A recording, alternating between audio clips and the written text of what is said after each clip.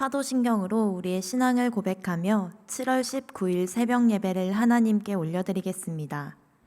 전능하사 천지를 만드신 하나님 아버지를 내가 믿사오며 그 외아들 우리 주 예수 그리스도를 믿사오니 이는 성령으로 잉태하사 동정녀 마리아에게 나시고 본디오 빌라도에게 고난을 받으사 십자가에 못 박혀 죽으시고 장사한 지 사흘 만에 죽은 자 가운데서 다시 살아나시며 하늘에 오르사 전능하신 하나님 우편에 앉아 계시다가 저리로서 산자와 죽은 자를 심판하러 오시리라. 성령을 믿사오며 거룩한 공회와 성도가 서로 교통하는 것과 죄를 사하여 주시는 것과 몸이 다시 사는 것과 영원히 사는 것을 믿사옵나이다. 아멘.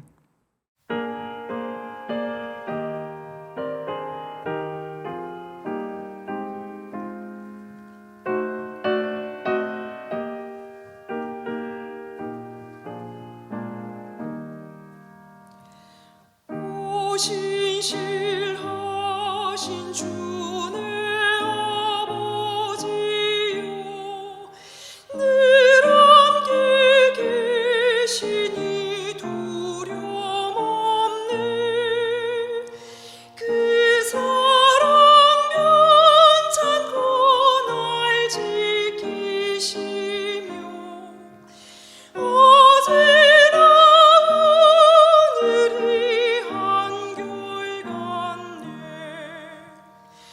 오 신실하신 주, 오 신실하신 주, 날마다 자비를 베푸시며 일용할 모든 것 내려주시는 오 신실하신 주, 나의 구주. 봄철과 또 여름 가을과 겨울, 해와 달 별들도 다 주의 것. 만물이 주 영광 드러내도다. 신실한 주 사랑 나타내네.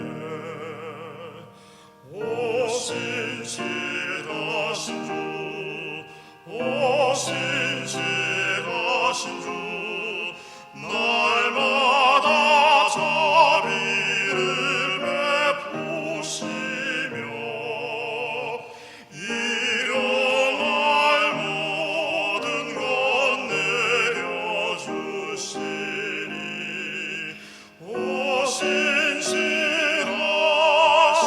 주, 나의 구주. 내 죄를 사하여 아니하시고 주님이 오셔서 인도하네.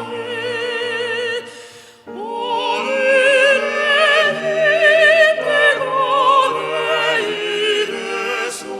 내일에서만 주말이 한복을 내리시네.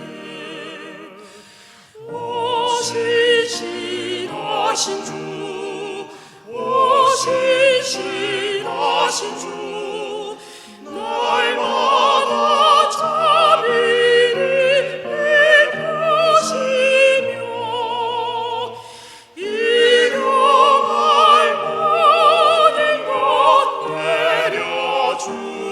내려주시니 오 신실하신 주, 나의 구주.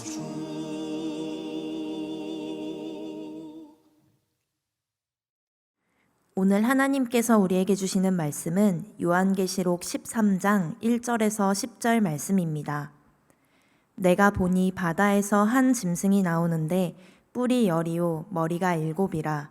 그 뿔에는 10 왕관이 있고 그 머리들에는 신성모독하는 이름들이 있더라.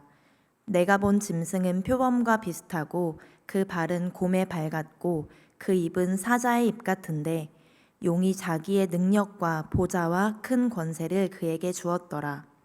그의 머리 하나가 상하여 죽게 된 것 같더니 그 죽게 되었던 상처가 나음에 온 땅이 놀랍게 여겨 짐승을 따르고 용이 짐승에게 권세를 주므로 용이 경배하여 짐승에게 경배하여 이르되 누가 이 짐승과 같으냐 누가 능히 이와 더불어 싸우리요 하더라. 또 짐승이 과장되고 신성모독을 말하는 입을 받고 또 42달 동안 일할 권세를 받으니라. 짐승이 입을 벌려 하나님을 향하여 비방하되 그의 이름과 그의 장막 곧 하늘에 사는 자들을 비방하더라. 또 권세를 받아 성도들과 싸워 이기게 되고 각 족속과 백성과 방언과 나라를 다스리는 권세를 받으니 죽임을 당한 어린 양의 생명책에 창세 이후로 이름이 기록되지 못하고 이 땅에 사는 자들은 다 그 짐승에게 경배하리라. 누구든지 귀가 있거든 들을지어다. 사로잡힐 자는 사로잡혀 갈 것이요 칼에 죽을 자는 마땅히 칼에 죽을 것이니 성도들의 인내와 믿음이 여기 있느니라. 아멘. 하나님 감사합니다. 오늘도 우리에게 새 날과 새 생명을 허락하여 주셔서 하나님을 예배하게 하시니 감사합니다. 하나님께서 오늘 우리에게 주신 이 생명을 가지고 주님을 경배하며 살아가게 하시고 또한 이 새벽에 말씀을 들을 때에 우리의 마음밭을 좋게 하셔서 하나님의 말씀이 심겨지고 이 말씀을 따라 오늘 하루도 살아가게 하여 주시옵소서. 감사드리며 살아계신 예수님의 이름으로 기도합니다. 아멘. 성도님들의 핸드폰에는 넷플릭스, 티빙과 같은 OTT 어플이 있으신가요? 요즘은 뉴스를 보기보다 드라마 한 편을 더 쉽게 볼 수 있는 그런 시대입니다. 잠깐의 틈이 생겨도 손은 어느새 휴대폰을 향하고 재미있는 콘텐츠를 찾아 넘기다 보면 누가 누구를 속이고 누가 죽는 그런 이야기들을 쉽게 발견하게 됩니다. 그런데 문득 이런 생각이 들었습니다. 이제는 악한 이야기가 너무 익숙해졌구나. 사건, 사고가 넘쳐도 어느새 우리는 무덤덤해지고 범죄와 불의, 갈등과 폭력이 더 이상 놀라운 일이 아닌 세상이 되어버렸습니다. 그리고 미디어는 그런 것들을 소재 삼아서 만들어내고 우리는 그것들을 익숙하게 소비합니다. 그렇게 어둠은 더 이상 숨지 않고 매력적으로 포장되며 악은 점점 우리의 일상 속에 스며듭니다. 그런 시대 속에서 우리는 이런 질문을 해보게 됩니다. 이러한 악함 앞에서 성도는 어떻게 살아가야 하는가?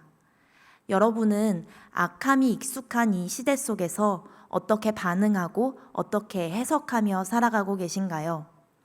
오늘 요한계시록은 주의 성도들이 악을 직면했을 때 어떻게 반응하고 해석해야 하는지를 말해줍니다. 요한계시록 13장의 악의 모습에 대해서 요한은 짐승이라고 표현합니다. 그리고 그 짐승은 이미 앞선 12장에 그 등장이 예고되어 있습니다. 12장의 마지막 절은 사탄이 마치 자신의 부하를 물에서 불러내려는 듯 서 있는 장면을 묘사하며 마무리되고 그 이후에 13장이 이어집니다. 그렇게 이어지는 13장에는 사탄이 계속되는 전쟁을 수행하기 위해서 부른 악한 무리가 묘사되는데 그때 그 악의 무리가 바로 짐승이라는 말로 표현되는 것입니다. 13장에서 요한이 말하는 짐승은 총 2종류로 하나는 1절부터 10절에 나오는 바다에서 올라온 짐승이고 또 하나는 11절부터 18절에 나오는 땅에서 올라온 짐승입니다. 오늘 우리가 다룰 부분은 앞부분인 바다에서 올라온 짐승에 대한 내용입니다. 1절과 2절을 보면 바다에서 올라온 짐승은 이런 모습을 하고 있습니다. 먼저 1절에서 그 짐승은 10뿔과 7머리가 있다고 말하고 뿔에는 왕관이 각각의 머리에는 신성모독하는 이름이 있다고 합니다. 그리고 2절에서는 그 짐승이 표범, 곰, 사자 등의 짐승이 합쳐진 모습임을 말합니다. 상상이 잘 되지 않고 상상해 본다고 해도 끔찍한 모습의 이 짐승은 사실 다니엘서 7장을 배경으로 묘사한 것입니다. 다니엘서에도 바다에서 올라온 네 짐승의 환상이 있는데 그 짐승들은 묵시적인 표현으로서 구약시대 당시에 하나님의 백성에게 적대적이었던 네 개의 왕국을 상징하고 있습니다. 각각 바벨론, 페르시아, 메데, 그리스와 같은 왕국을 말하는 것이죠. 이 왕국들은 모두 하나님의 백성, 곧 이스라엘 백성들에게 적대적으로 반응하면서 끊임없는 공격을 펼쳤던 나라들입니다. 그리고 다니엘서는 이들을 네 짐승으로 묘사하는 것이죠. 그런데 요한계시록 13장이 이러한 다니엘서를 배경으로 한다고 말씀드렸었죠. 이제 다니엘서와 요한계시록 13장의 연관성을 고려해 본다면 오늘 본문에 나오는 바다에서 올라온 짐승 또한 다니엘서의 네 짐승처럼 하나님의 백성을 향한 적대적인 악의 세력임을 알 수 있습니다. 그리고 하나님의 백성을 향한 적대적인 악의 세력은 요한계시록이 쓰여진 당시의 배경에 따라서 로마 제국이라고 볼 수 있습니다. 실제로 로마 제국은 그리스도인들에게 황제 숭배를 강요했고 실질적으로 핍박을 가하면서 그리스도인들에게 두려움을 주었습니다. 로마 제국의 황제들이 강요한 숭배는 자신의 신적인 권위와 지위만을 추구한 것이었고 결국은 자기들이 예배의 대상이 되고자 했던 결과였습니다. 하지만 요한은 그런 황제 숭배의 본질을 꿰뚫고 이러한 황제 숭배가 악마적인 짐승과 같은 것임을 선포하는 것입니다. 우리는 여기에서 요한이 그토록 경계했던 악의 실체를 보게 됩니다. 요한이 말하는 악은 하나님의 자리를 넘보며 절대 권력을 추구하는 것입니다. 하나님보다 자신을 위대하게 여겼던 황제들, 그리고 자기 자신을 예배의 대상으로 삼았던 이 황제들이 곧 짐승 같은 권력임을 말하는 것입니다. 그러나 이것은 비단 요한계시록이 쓰여진 시대와 그 지역에만 국한되는 일은 아닙니다. 우리가 살아가는 시대와 지역으로 확장시켜 보아도 주권자이신 하나님은 뒤로 한 채 자기 자신을 예배의 대상으로 삼으며 살아가는 이들이 여전히 많이 있습니다. 뿐만 아니라 돈이나 보이는 물질을 예배의 대상으로 삼기도 하고 어떤 이들은 성적인 것을, 어떤 이들은 명예를 얻는 것을 예배의 대상으로 삼기도 합니다. 그러나 그것이 무엇이든 하나님보다 높은 위치에 있다면 그것은 짐승과 같은 악의 실체입니다. 그래서 우리가 살아가는 이 땅에서도 그렇게 많은 악을 쉽게 발견할 수 있는 것입니다. 하나님보다 내가 우선이 되고 섬겨야 할 이웃보다 내가 우선이 되어버리니 우리는 악이 가득한 세상에 살아갈 수밖에 없는 것입니다. 결국 그 악은 끝나지 않고 모든 시대 속에서 계속됩니다. 그렇다면 여러분은 그 악의 실체를 마주했을 때 어떻게 대하고 어떻게 해석하고 계시나요? 하나님보다 앞서는 것들이 만연하고 익숙한 이 시대와 다가올 날들을 어떻게 살아가실 것인가요? 악의 시대를 살아가는 우리에게 오늘 말씀은 두 가지를 말하고 있습니다. 먼저 5절과 7절의 말씀을 볼까요? 또 짐승이 과장되고 신성모독을 말하는 입을 받고 또 42달 동안 일할 권세를 받으니라. 또 권세를 받아 성도들과 싸워 이기게 되고 각 족속과 백성과 방언과 나라를 다스리는 권세를 받으니. 바다에서 올라온 그 짐승, 하나님의 자리를 넘보는 그 악의 실체는 권세를 받은 것입니다. 권세를 받았다라는 말이 총 3번이나 등장하는데 이 짐승에게 그런 권세를 과연 누가 주신 걸까요? 악의 세력들이 가진 권세는 모두 하나님이 주신 것입니다. 더 정확한 표현으로는 하나님이 허락하신 것입니다. 하나님이 왜 그렇게 하셨는지의 이유를 헤아리는 것은 알기 어려운 일이고 상황과 인물에 따라 다르겠지만 그럼에도 우리에게 희망적인 사실은 주권자이신 하나님이 이 악의 권세를 뺏어가면 그만이라는 것입니다. 하나님이 악의 세력을 왜 허락하셨는지는 알 수 없지만 전능하신 하나님께서 온 천지 만물을 창조하신 하나님께서 당신의 시간과 방법에 맞게 그 권세를 다시 거두어 가실 것이기 때문에 우리는 소망을 가질 수 있습니다. 우리 믿음의 성도들은 이미 그런 크고 작은 경험들이 있습니다. 지금은 잘 이해되지 않지만 하나님의 시간과 방법을 간구하며 기다렸더니 정말 놀라운 방법과 생각지도 못한 것들로 엉킨 것들을 풀어가시는 하나님의 은혜를 경험한 적이 있지 않으십니까? 오늘 요한은 바로 그 부분을 말하는 것입니다. 여러분이 살아가는 악의 세상 속에서도 하나님의 주권은 여전히 살아 있습니다. 하나님의 주권은 주기도 하고 뺏기도 하며 죽이기도 하고 살리기도 하시기에 주의 백성은 그저 그 하나님의 권세를 인정하며 살아가야 합니다. 이것이 악을 대하는 우리의 태도입니다. 요한이 말하는 악을 대하는 또 하나의 자세는 인내와 믿음입니다. 10절의 말씀을 보면 이렇게 기록되어 있습니다. 사로잡힐 자는 사로잡혀 갈 것이요 칼에 죽을 자는 마땅히 칼에 죽을 것이니 성도들의 인내와 믿음이 여기 있느니라. 아멘. 여기서 말하는 인내는 헬라어로 휘포모네입니다. 이 단어의 정확한 의미는 압력을 견디는 힘입니다. 순수한 탄소 덩어리가 지하 190km 아래에서 섭씨 1200도씨의 온도와 45만 기압에 해당되는 이 압력을 모두 견뎌내면 무엇이 되는지 아시나요? 바로 모든 사람이 가치 있게 여기는 다이아몬드가 됩니다. 순수한 탄소 덩어리는 연필심, 숯과 비슷하다고 합니다. 그런데 이렇게 볼품없어 보였던 연필심 정도의 가치를 가졌던 이 탄소도 엄청난 압력을 견뎌내면 큰 가치를 인정받는 다이아몬드가 됩니다. 우리에게 필요한 것이 바로 이러한 압력을 견뎌내는 힘, 인내함입니다. 악을 마주했을 때 똑같이 되갚아주지 않고 참고 견뎌내는 것이, 악의 편에 속하지 않고 믿음을 지켜내며 인내하는 것이 우리를 더욱 그리스도인답게 하는 것입니다. 그리고 그 모습은 예수님을 닮은 모습이 되는 것이죠. 사랑하는 성도 여러분, 여러분은 악이 익숙한 세상 속에서 어떻게 살아가고 계시나요?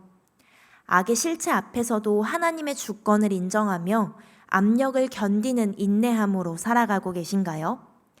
그런데 그 삶이 참 어렵죠. 악을 마주할 때마다 같이 일어나서 싸우기도 하고 혹은 속으로 참아내다가 병이 생겨버리고 마는 것이 우리의 현실이기도 합니다. 그러나 오늘 마지막 말씀은 이렇게 말합니다. 사로잡힐 자는 사로잡혀 갈 것이요 칼에 죽을 자는 마땅히 칼에 죽을 것이니 성도들의 인내와 믿음이 여기 있느니라. 아멘. 마지막 말씀에서 말하는 믿음은 헬라어로 피스티스, 곧 신실함을 말합니다. 그런데 이 신실함은 우리가 하나님 앞에 보이는 신실함을 말하기도 하지만 하나님의 신실함을 함께 말하고 있습니다. 악의 현실 속에 살아가는 우리가 하나님 앞에서 거하기 위해서, 하나님 앞에 살아가기 위해서 고군분투하면서 지켜내는 신실함뿐만 아니라 그런 우리를 보시면서 우리를 지키시는 하나님의 신실함이 함께 있음을 분명하게 말하는 것입니다. 사랑하는 여러분, 여러분이 처한 현실 속에서도 악의 실체 앞에서도 하나님은 여전히 신실하게 일하고 계십니다. 한결같으신 하나님은 우리가 오늘 함께 찬양한 것처럼 오늘의 힘이 되시고 내일의 소망이 되시며 날마다 자비를 베푸시는 하나님이십니다. 오늘 하루를 살아가는 동안 불합리한 것들과 악한 현실을 마주하셨을 때 이 말씀을 기억하시기를 소망합니다. 그 속에서도 하나님은 여전히 신실하게 일하고 계십니다. 그 하나님의 주권을 인정하며 인내함으로 살아내는 주의 성도들이 되시기를 예수님의 이름으로 축복합니다. 주님 가르쳐 주신 기도로 예배를 마치겠습니다. 하늘에 계신 우리 아버지여, 이름이 거룩히 여김을 받으시오며 나라가 임하시오며 뜻이 하늘에서 이루어진 것 같이 땅에서도 이루어지이다. 오늘 우리에게 일용할 양식을 주시옵고 우리가 우리에게 죄 지은 자를 사하여 준 것 같이 우리 죄를 사하여 주시옵고 우리를 시험에 들게 하지 마시옵고 다만 악에서 구하시옵소서. 나라와 권세와 영광이 아버지께 영원히 있사옵나이다. 아멘.